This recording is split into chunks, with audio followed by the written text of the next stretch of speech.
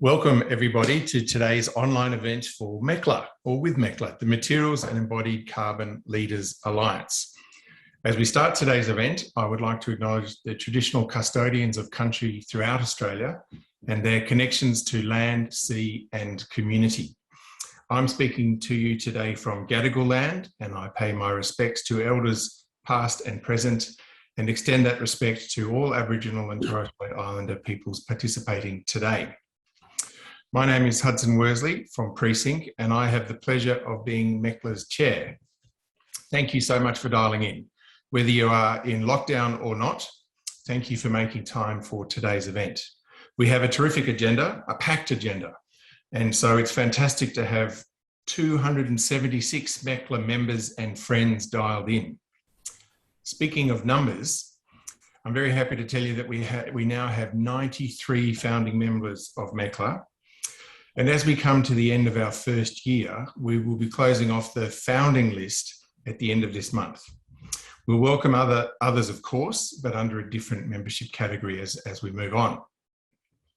Now, need to remind everybody that MECLA has a strong governance framework, and I'd like to remind everyone today that we must remain vigilant in the avoidance of conflicts of interest, and avoiding anti-competitive behaviours. This is so important to maintain the legitimacy of our collaboration.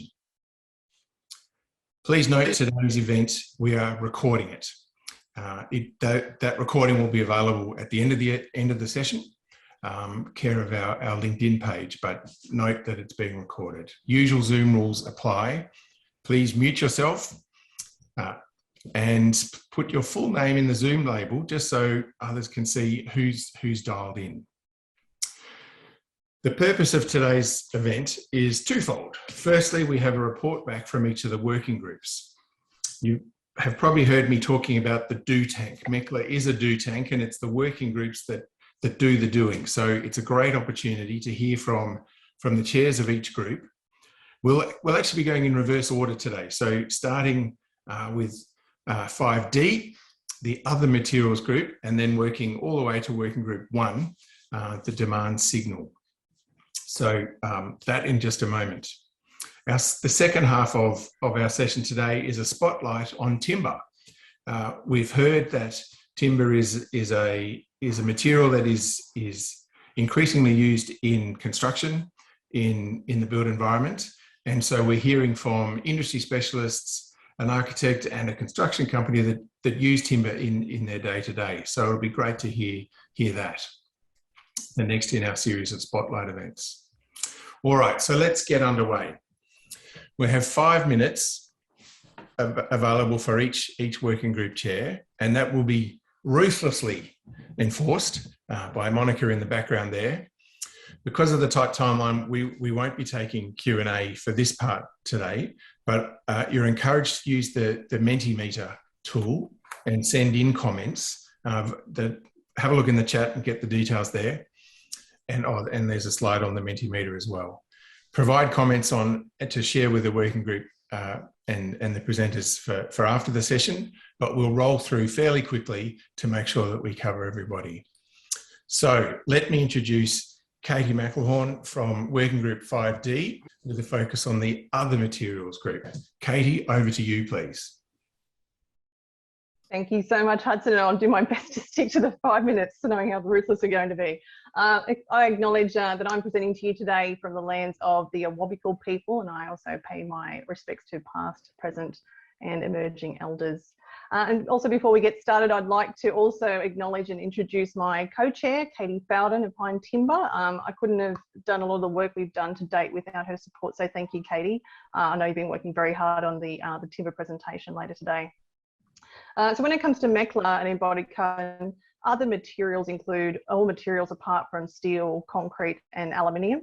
So the biggest challenge Katie and I really faced to get started was the breadth of the scope and really determining how such a diverse group could really effectively contribute to reducing embodied carbon and achieving the ultimate goal of MECLA.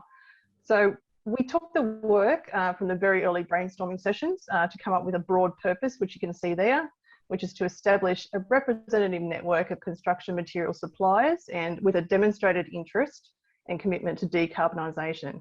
And through this network, we wanted to facilitate a collaborative relationship that interprets demand-side needs, so that's working groups 1 through 4, and provide a collective voice for suppliers. So really sort of assembling everyone together to have that collective voice. However, so as you'll see today, and I know Hudson's already alluded to it, MECLA is very much a do tank. So to get started, it was really quite hard for us to determine what we could actually do as a group. We weren't having meetings initially, so I'll skip over that for now, but I will come back to it. We went to work on better defining the scope of other materials to provide ourselves with more of an identity and a framework to work within conventional materials. So, but along the way, we were really challenged by the group to sort of consider the circular economy and understand how that might also form a part and play a part in reducing the embodied carbon in our construction material environment. So that's also made its way into our scope. By mid-year, we doubled our membership. So we felt we were at a point by then to really get some feedback from our members to revisit that initial purpose that you can see there and see what we really wanted this group to do. And the feedback from that survey could be summarised by those 4 points you see there, which is to connect suppliers with decision makers, support suppliers with knowledge and information on embodied carbon, promote innovation, research and development, and to also encourage the availability of carbon data that's reliable, verified and comparable, which was certainly a very strong theme throughout the other working groups. So at this point, we're now ready to kick off with our meetings, and our initial one was a networking and goal setting meeting, which took the results of that survey and gave everyone a chance to sort of work through the feedback together. So, and then we actually had a second meeting, which was only on Monday, and we're now calling these our Connect forums. So they're going to occur monthly, and we're using these Connect forums as a means to update our members on what's happening within the other working groups, because that was some of the feedback we received, and how we can contribute also to the work they're doing. We also agreed that at each meeting we're going to welcome a member of the group to present, and we were lucky enough to have Dr. Josephine Bourne from the University of Newcastle attend on Monday, and she presented to the group on how low and zero carbon materials and circular economies can fit into the building materials database she's working on, which is linking decision makers and suppliers. And I know Josephine's very passionate about that, so it was wonderful to have her come along on Monday. We've had some really great attendance at the meetings, and the energy in each of the forums has been fantastic. Everyone's contributing, so I'd really like to thank those of you that have been participating. It's really appreciated. It's clear these forums are going to be a really important part of our group's journey moving forward. And talking about moving forward, here on, we're going to continue to meet each month, and our next meeting is on Monday, the 18th of October. We have fantastic support from academia, governments and consultants. About 40% of our membership so far come from those groups. So we particularly love to see some more suppliers and manufacturers involved. At the moment, we have representatives from timber, masonry, asphalt, piping and general construction materials. So if you or someone in your network are from industries such as glass, insulation, paints, or perhaps recycled or reformed material, please get in touch with MECLA. We'd love to hear from you and get yourself a seat at the table. We really do need everyone to get involved to make this successful. So love to see you there. In looking ahead and reflecting on what Working Group 5D can do, it's twofold. I really see the value from this group coming from the feedback and input we can provide into the other groups, being such a diverse group. That comes in the forms of case studies, presentations, spotlight events like the one that Katie has organised today for timber, and also providing reliable data that our decision makers can then use to make decisions. However, it's also in the diverse knowledge and experience between our members. So our ability to learn from each other, and in the spirit of collaboration and working together to really achieve that ultimate goal for MECLA, which is reducing embodied carbon. So I'd like to finish off by saying it's been truly inspiring to be part of MECLA to date. They're all wonderful people. I respect you immensely, and I've learned so much. So thank you for allowing me to be a part of it. I can't wait for you to see the results of all the work they've been doing. Thank you so much. Katie, fantastic, and no need for ruthless timekeeping. Fantastic, and great to hear that desire for increased connection. I think that's what we're all about. So that collaboration. Thank you very much. Our next working group is 5C, aluminium, and Jeff Morgan. Can I hand over to you, please? Sure, thanks. Hi, I'm Jeff Morgan, an architect and senior associate at Hassel in our Sydney studio and chair of the aluminium working group. I'm coming to you today from Gadigal land and would like to pay my respects to their elders past, present and emerging. Our group had an interesting beginning, kicking off with the Spotlight for Aluminium event held on the 10th of June. And since then, we've now held an additional 4 meetings, and our group has continued its expansion as we've come together kind of from all parts of the aluminium ecosystem. Currently, the relatively small working group consists of engineers, sustainability consultants and managers, architects, financiers from the CEFC, recyclers, primary producers, and academics. And as we continue to gain a better understanding of the aluminium market at its various scales and how buildings are procured and built in Australia, we're evaluating who we may need to reach out to help join these dots in our ecosystem. I suppose when compared to other carbon-intensive materials in the construction industry, such as concrete and steel, aluminium finds itself in a unique position by comparison. Both concrete and steel industries have a more advanced approach to addressing their embodied carbon impacts. Clients are generally much more aware of their carbon impacts from these materials. Companies have already started to deliver low carbon products for several years now, and they're continuing to research and further reduce their products' embodied carbon. By contrast, the construction industry's knowledge and understanding of the environmental impacts from aluminium, and importantly, the opportunities for and benefits of a low carbon alternative are probably far less mature. So whilst by volume, aluminium may be third in line behind concrete and steel, its carbon intensity must certainly be better understood by the construction industry as a starting point. For reference, the 4 operating smelters in Australia account for 10% of the nation's total electricity consumption. I think in addition to aluminium's relatively low knowledge base within the industry, the group has also been coming to terms with a number of unique challenges facing aluminium in our construction sector.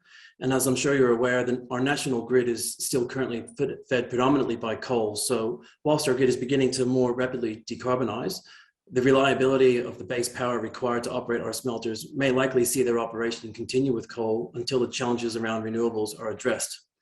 But we were all very much encouraged by the announcement recently that Australia's largest aluminium smelter, Tomago, here in New South Wales, will operate on renewable energy from 2029.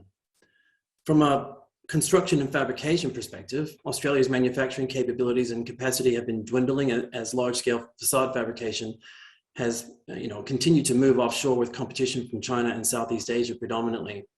I think this is really highlighted by the closure of Australia's last rolling mills in 2014. The Aluminium Working Group has really focused to date on trying to understand, I guess, the problem, as it were, with the production of aluminium in Australia, its primary uses in the construction sector, and the complexities of our global supply chains that deliver many of our buildings. But importantly, we've really been also focused on the opportunities, both in the immediate and the long term.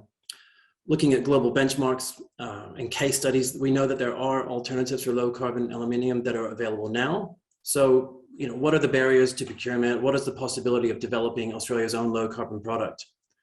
There are certainly opportunities to help educate the industry around this particular area that perhaps hasn't had the same level of focus as other areas, and we're just beginning to outline what that may look like. So watch this space in the coming months. We're also been looking at real project opportunities now to send a clear and strong signal to the market that there is a demand for low carbon aluminium in our built environment. And as one of our members noted just yesterday, the snowball effect of being the first to demonstrate the possibility of something is incredibly powerful in shifting the rest of the market to get on board. So we're hopeful to be in that position in the near future. And finally, I'd like to thank all of our MECLA members for their contribution and passion to help bring about this important change, and look forward to the next year ahead. Thanks. Jeff, thank you. Very succinct, and yeah, really to the point that the aluminium working groups are joining the dots, and a very creative bunch. So yeah, a lot going on there, and much to do. Thank you for that overview.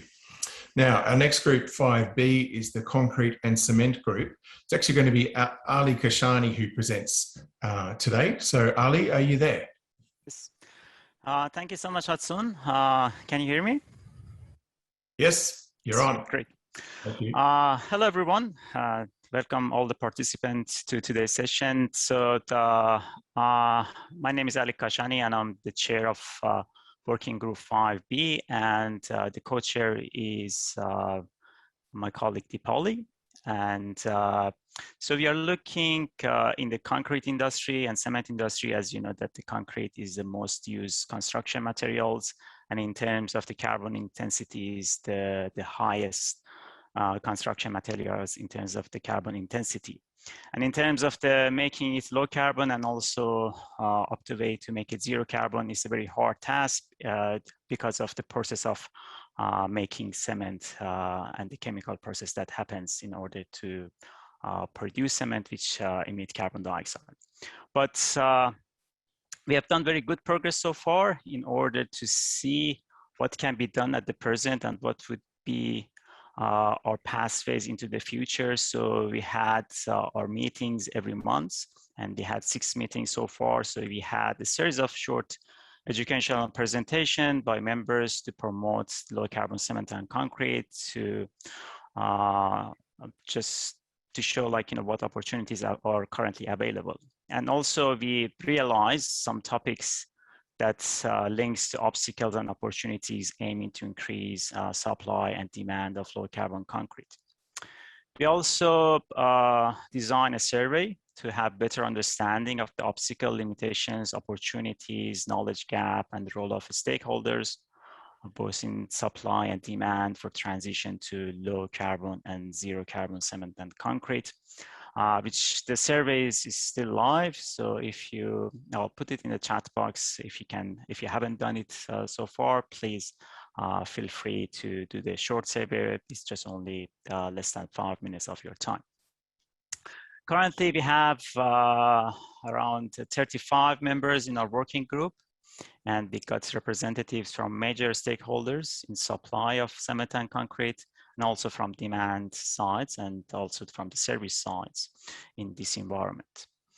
We had a couple of milestones that we achieved during the first financial year, and we are on the track to get the rest of our milestones by the next year. Currently, we are analyzing the survey results, and based on that, we want to have some action items, which we are going to discuss in our next meeting. If you want to join our working group and also want to join our next October meeting, please feel free to reach us. And more than happy to have you in our next meeting.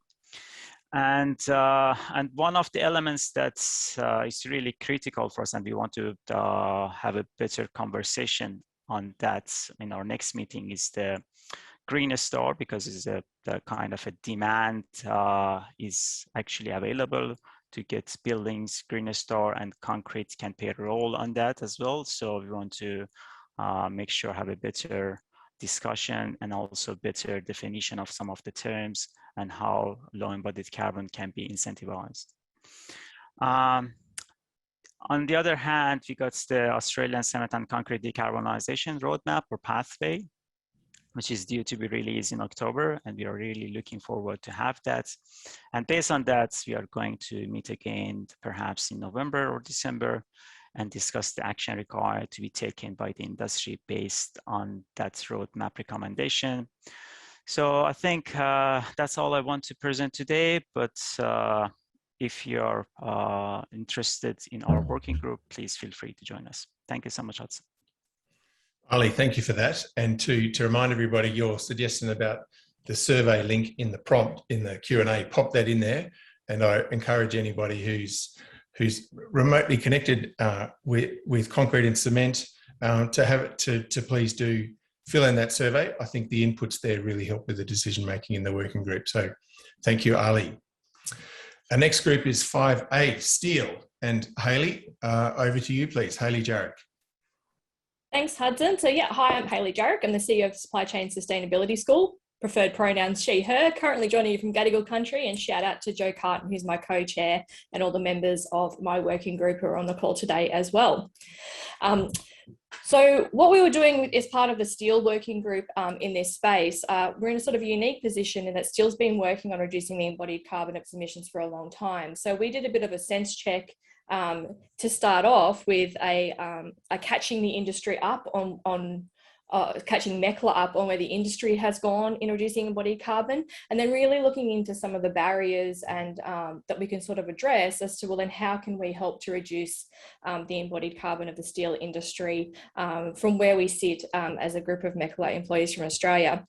So we've been meeting monthly and sort of tracking through some of these developments. And what we came up with was the first thing we really needed to do was talk about developing some resources that we can share with people on sort of bringing everybody up to speed on low embodied carbon in the steel industry. So we've produced a couple of brochures specifically around sort of explaining steel to people who aren't in the industry, and then talking specifically about steel EPDs and some of the nuances around those. And so we've created some draft documents that we've now shared with the complete the PCG of MECLA, and getting some feedback around working with all of the other working groups across the streams about ensuring that messaging is consistent, and we're getting some really good documents for the industry out of that.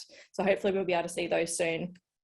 And the next steps of our group are then around what the policy responses need to be. And we always talk about this, there's this challenge in the steel industry of how can we encourage the entire industry to decarbonise versus individual players within the industry, because one of the challenges is that you could change who you buy from, but that doesn't necessarily, and it might mean that on a particular project on the books, you look like you've got great lower embodied carbon for that particular building or that particular projects. But at the end of the day, the same amount of carbon is being emitted by the steel industry into the atmosphere. So we're not having a net global benefit that we're trying to have, which is what we need to try and encourage. So there's that a little bit of a challenge with our group is trying to articulate exactly how we can then use the right policy drivers to guide that industry change, rather than the short, superficial ticker box and make you feel better about a particular project or company change. And so that's where we've been really working to. And the next steps for our group are then working with the other working groups that you'll hear coming up about next, about working through case studies with Working Group 3, working on the policy drivers with Working Group 1, really sort of defining sort of the glossary of terms with Working Group 4, and then sort of getting in around the nuances of EPD and setting benchmarks with Working Group 2. So we're sort of really up to that stage of integrating with the other working groups in MECLA, and I hope I haven't spoiled everyone's conversations. I'm used to presenting in the other order where you've heard all of that first before you come around to me in the materials. So hopefully I've just set it up beautifully for all the other working groups coming forward around working around those. And then we're going to be punching out those other documents and working with the other materials, hopefully creating some more events and getting involved with everybody else in the steel industry. Fantastic, Hayley. Thank you. I have to, on a personal note, I have to show you the watch that I'm wearing today was given to my grandfather when he retired from the BHP coke ovens as a metallurgist in 1963.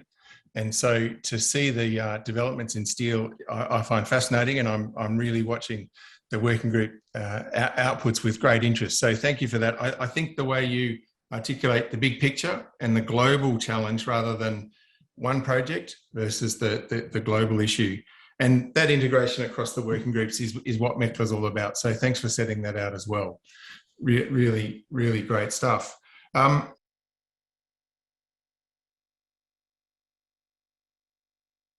You just muted yourself, Hudson. Thank you. Right. It's too late to say rookie error, isn't it? Anyway, Working Group 4, working on the common language. Nicole Sullivan, can you take it from there? And now I'll go on mute. Thanks, Hudson. Much appreciated. And Hayley, certainly appreciate you setting up the idea of us all working together, because that's just so important. In Working Group 4, we're the common language working group. And so what on earth is the common language about? Well, one of the challenges when we're looking at low carbon building materials is making sure that we are all speaking about the same thing at the same time. And one just example that I'd like to highlight as to why this is so important is I want to ask you, what's the difference between carbon positive, carbon negative, and climate positive? And if you don't have an answer on the tip of your tongue, then that's why this group's important. So right now, we're working towards developing common language materials to make it easier to specify, procure and supply low carbon building materials. So we're really looking at end to end and how we can use language and the written word to help us enable that transition that we need to occur. So we're meeting approximately monthly. We've had 7 meetings so far. Normally we get 10 to 15 attendees at our meetings, but we've got over 30 on our membership list at the moment. The key things that we've delivered so far is that we have an environmental scan and survey. So we started looking at just what's out there in our environment in terms of specification of low carbon building materials. And thankfully we have lots of feedback, which we're now filtering through, and we're looking to work out how we can crystallize best practice that then we can share with the MECLA community. So that's an ongoing task at the moment. There's also a lot of other really helpful information that's being pulled together there. So we'll make sure that we can provide that information as well in some sort of a guidance form. That information then also becomes a really critical input in terms of input to our other work as we go forward. Right now, we've just sent a draft glossary around to the other MECLA working groups to take a look at. What we discovered along the way is that there are a lot of terms, like the ones I mentioned before, that are really commonly used, but they don't really have an accepted universal definition in Australia as to what they mean and how they apply and contribute to our pursuit of low carbon building materials and a low carbon built environment. So we're seeking to pull as many definitions from elsewhere as we can, and we're working via consensus to establish just a key dictionary of carbon terms that are really specific to the ambitions of MECLA. So that will be consulted on over time. The other thing, as Hayley said, it's really important that we have really strong linkages into other groups.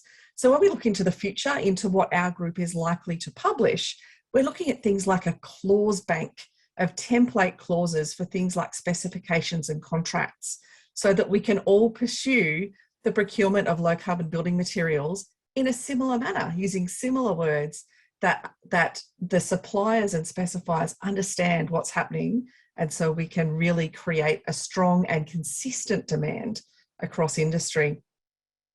We're also looking at project implementation guidance as well, so that you can understand how to actually do this throughout your project.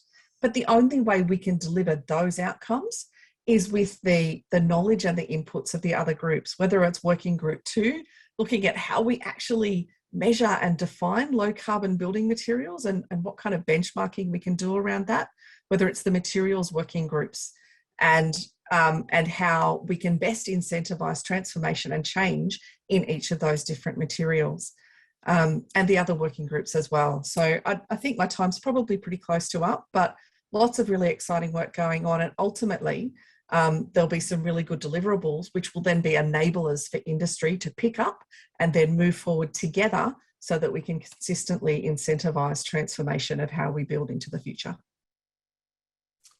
Nicole, thank you very much. I love the sound of a dictionary for MECLA and then having a clause bank that refers back to that dictionary, so that what is now a not so common use of language becomes more standardized. That's really terrific. The next group, Working Group 3, is the knowledge base, which complements the common language. So Scott Clements, are you online? I am, thanks Hudson. And yeah, so hopefully my internet holds up. We've recently moved offices and we've had a dropout each day since Monday, so hopefully we keep going. Working Group 3, as you can see, the purpose is around providing a platform to share the knowledge. Very bluntly, I call us the marketing arm of MECLA in a sense. So really, how can we provide a platform to spread the word of all the great work that the other working groups are doing, simplistically? We're holding meetings every 3 weeks. At this stage, we found that every 4 was not quite enough and every 2 was way too much. We've had 6 full group meetings and with a number of other smaller meetings. Initially, we established some short-term goals. We hit them pretty quickly, including drafting a survey, really trying to understand what people want to see and how they look for information in this area, and how they digest it, and what additional information that's not there at the moment they're looking for. That provided the basis of our work going forward. We've created, along with Hayley, the case study template. We now, or by the end of this week, will have sort of 15 or 16 case studies ready to go, and to be issued when the PCG determines the right time.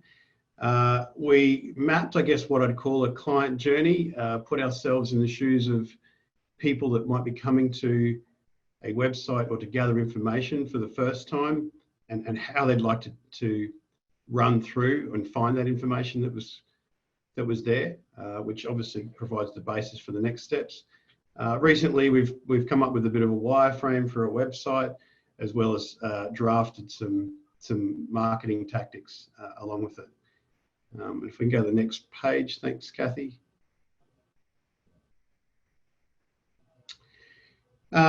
So yeah, we ran through, as I said, the initial goals pretty well. Case studies are now starting to get some momentum coming in. I think we're probably getting 5 or 6 per month at the moment, which is great. So keep them coming. Anyone that hasn't done one yet that have something good to say, the more we get, the better it is. We are coming to a bit of an end of I guess, what we talk about as phase 1 of the work, where we're not sure quite what the next step is without probably really jumping overboard and fully into that sort of marketing and website area. And we're obviously talking to the PCG as well as the MECLA board around some strategic outcomes there. I think it's important now for us to establish initial next steps as well as some longer term vision around what MECLA could be or wants to be, and then that will inform our work as a knowledge group going forward. This obviously includes understanding what government's looking for, New South Wales government in particular at the moment funding MECLA. So medium term, understanding what they're looking for from MECLA to see some progress, and also looking at how we can get ourselves involved in other forms of government as well, because obviously it's very important to have policy makers on our side. And finally, the next slide, we have drafted, I thought it'd be worth showing a bit of a draft, and thanks to Tina from Scott Carver for doing this. What we saw as a possible landing page for the website. So you can see we'd obviously start with the mission statement and the video that's already there or something similar. Some calls to action around impacting change and how you can impact change.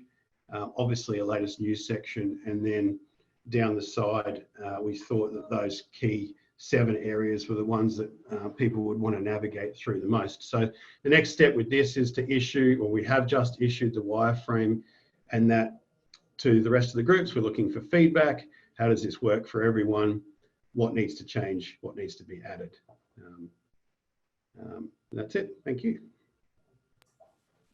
Thank you, Scott. It's terrific. I think I don't want to offend any marketers in the room, but maybe selling yourself a little short there with your introduction about being the marketing wing. I think getting it to communicate what MECLA is doing, and as we keep doing it, is just going to be so vital to have that, that ripple effect that we need to have across industry. So for the ecosystem to really have its weight felt, I think the role of your working group is vital. So thank you very much, and I like the look of that preliminary landing page. Great stuff. Our next group, Working Group 2, around frameworks of evaluation. Lauren Howe is going to talk to us there, and I know this really is a challenging area. And so, as Nicole mentioned, common definitions of terms is one thing, but then common understanding of definitions across the life cycle assessment process. Boy, you guys are really taking on a big one. So Lauren, where are you up to? Cool. Thank you very much, Hudson. So hi there, I'm Lauren Howe, and I'm a materials engineer at Arup, and I'm also co-chair of Working Group 2, along with my wonderful co-chair, Caroline Noller. So today I'm presenting to you from the Wurundjeri Woi-wurrung country and acknowledge the traditional owners of the Wurundjeri people of the Kulin Nation.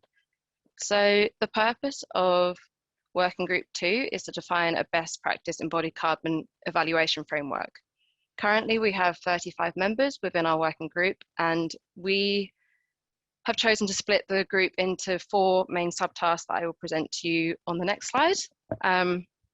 We have, as Hudson says, we have a pretty complex and technical task and work stream. So we're currently in the process of putting together a program in the form of a Gantt chart, which we will be sharing with the PCG and to the other working groups, so that we can make sure that our work is aligned with all of yours, and that we're getting your feedback at the appropriate stages, and that any work you're doing is feeding into what we're doing and vice versa.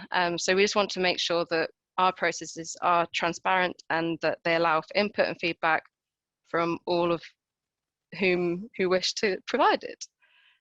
So on the next slide, I have outlined the breakdown of our working group into 4 subtasks. If you want to go to the next slide, Kathy. Thank you very much.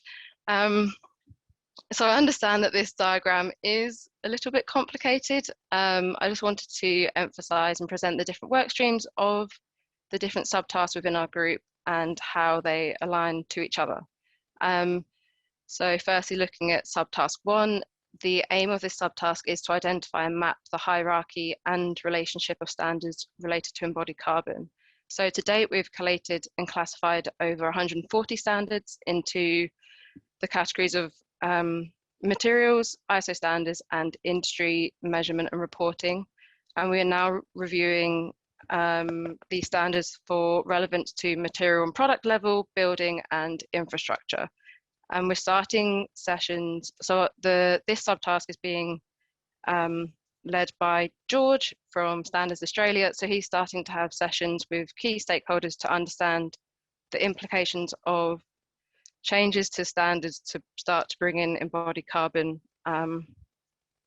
guidelines, or basically how we might be able to change current standards to bring in benchmarking or targets and so on.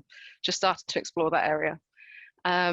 The aim of subtask 2 is to review lifecycle indicator and LCA data and measurement methods for ease of benchmarking. So currently we have reviewed inventory data points across the 3 methods of process, input, output, and hybrid assessment.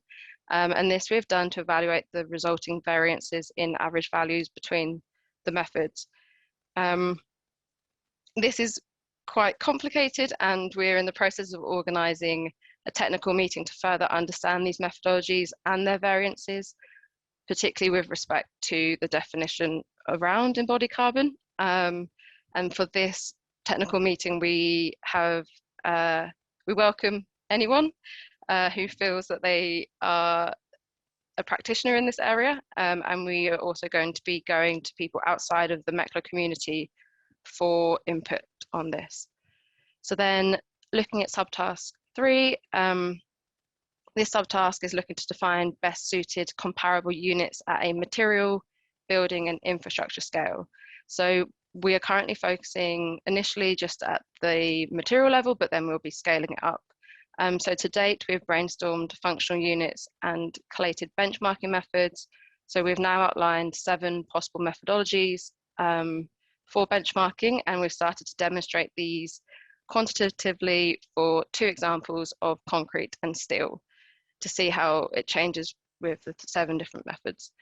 So the next steps include further understanding of these methodologies and carrying out a preliminary assessment of the methods against a defined set of criteria. And finally, the subtask that I'm leading is subtask 4. So this is looking at compiling an inventory of carbon calculation tools and LCI databases available to us. So to date, we've compiled a very long list of both tools and databases, both in this region and globally, and we've outlined criteria in which we want to assess both against. We are looking to now assess these with the goal of producing a output matrix that outlines different tools and the databases available with key information such as the methodology behind the tool or database, access, so if it's open source or licensed, and then stuff like if it's applicable to Australia. So each of the subtasks are feeding into the subtask 3 as a whole, and as a whole of a working group, we will be producing a discussion paper that will be issued to the whole of the MECLA community for your comment and feedback. And this paper is going to outline all of the findings from each of the subtasks. So watch this space. It's hopefully in the next month or two.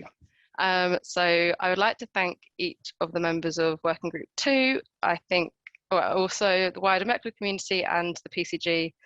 We've done a huge amount of work today, and I think we're progressing pretty far in an area which is quite complicated. I'm learning a lot. I'm really enjoying it. So yeah, thank you very much.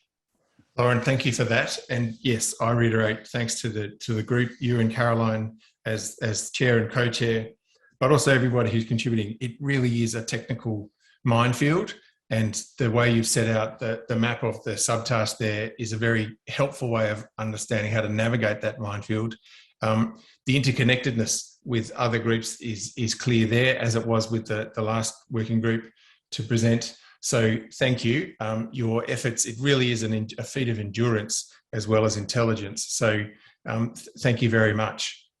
Let's move on to our final working group 1, which is the demand signal. And Anne Austin, can I throw to you, please? You can indeed. Thank you, Hudson. Am I coming through? Yep, excellent. I'm coming to you today on Camaragal land, which is a beautiful place to be, but I'd hope that I will one day be able to escape from Camaragal land and move beyond the 5 kilometres one day.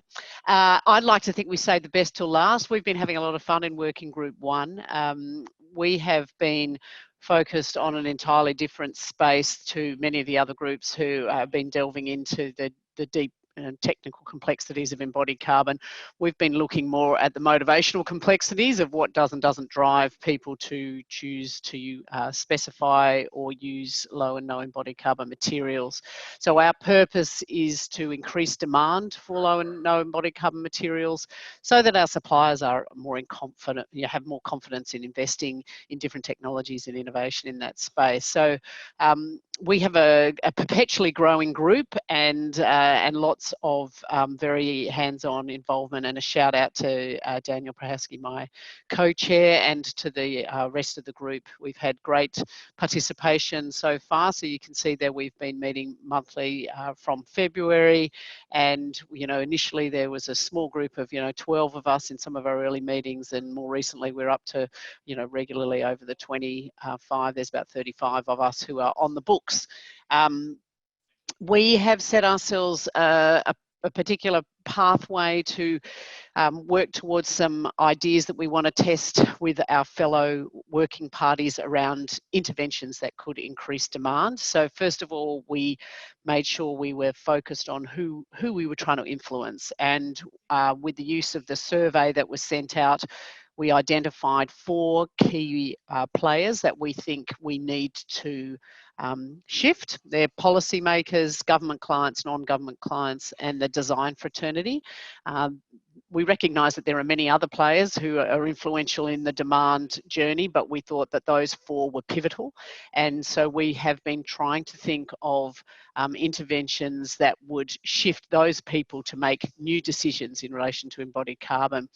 So we had a great session at the end of June where we ideated over 100 different ideas of what we might do, and we've been progressively working through a shortlisting activity around those ideas, and we're in the final stages of that shortlisting with the view that we will land on 2 or 3 interventions that we will run some short, sharp experiments to see if they're going to be viable and make a difference, and then take those forward into implementation. So if you go to the next slide, please, Catherine, I can give you just a quick sense of some of the ideas that are coming to the top of our short list.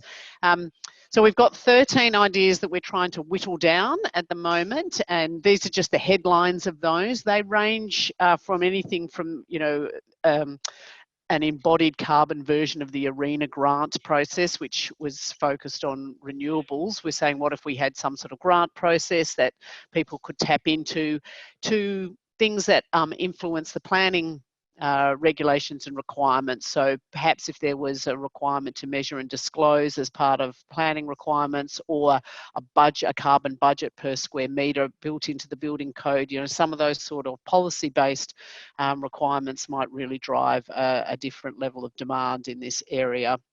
I've also been dabbling in the whole space of incentives. Can we actually not just legislate, but also dangle the carrot? You know, so could there be planning incentives available, such as an increase in the building envelope in return for achieving low embodied carbon solutions? So you can see there that of the 13 ideas that there's a range of different possibilities, and we've got a bit of work to do to flesh those out. So at our next session, we're working out of those 13 ideas, which of them might be a core priority, something that our working party will actively manage, which are ideas that we actually think probably aren't worth pursuing and we should stop. There might be some ideas that an individual who's passionate could take on and bubble and make happen, but won't actually be the focus of the working group actively. And then there might be some other ideas that we've had that might in fact be gifts for our other working group parties. So once we've whittled down our list and we have our core priorities, we'll be taking those on tour and testing them with our other working groups. If there's anybody on the call who's not part of a working group who'd be interested to participate in giving us feedback on those core priorities, by all means reach out and ask to be added to a consultation around that. The more we can get feedback on which of these mechanisms might be valuable, the better it will be. The other thing to note is most of our ideas rely on the other working groups' efforts to make them stick. So they will often require us to have the language sorted or a benchmarking tool in place. So this is where you start to see the deep overlap of all the working groups. So that's where we're up to as Working Group 1. And thank you very much. That's fantastic. I think it's so powerful coming from an industry network like ours, an industry collaboration, that the demand side is articulated and encouraged from such a broad range of industry stakeholders. Exploring such a wide range of levers, I think the collective whittling exercise sounds could take some time, because there are a lot of great ideas there. Maybe a pathway of let's do these ones now and prioritise some others for future action. And the mix of carrot and sticks too, a few regulatory options, but also some potential rewards for those who adopt the low carbon option. So really exciting.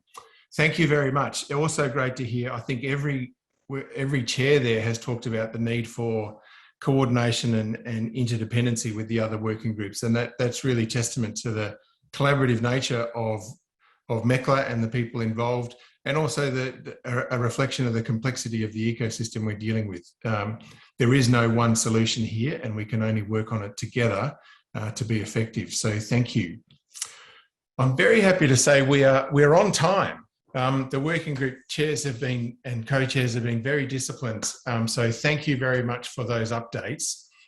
We're now going to have a 10-minute break. So pop the kettle on, check the kids are still homeschooling, put the puppy out for a leak, and we will rejoin on the hour. So see you soon. Thanks, everybody.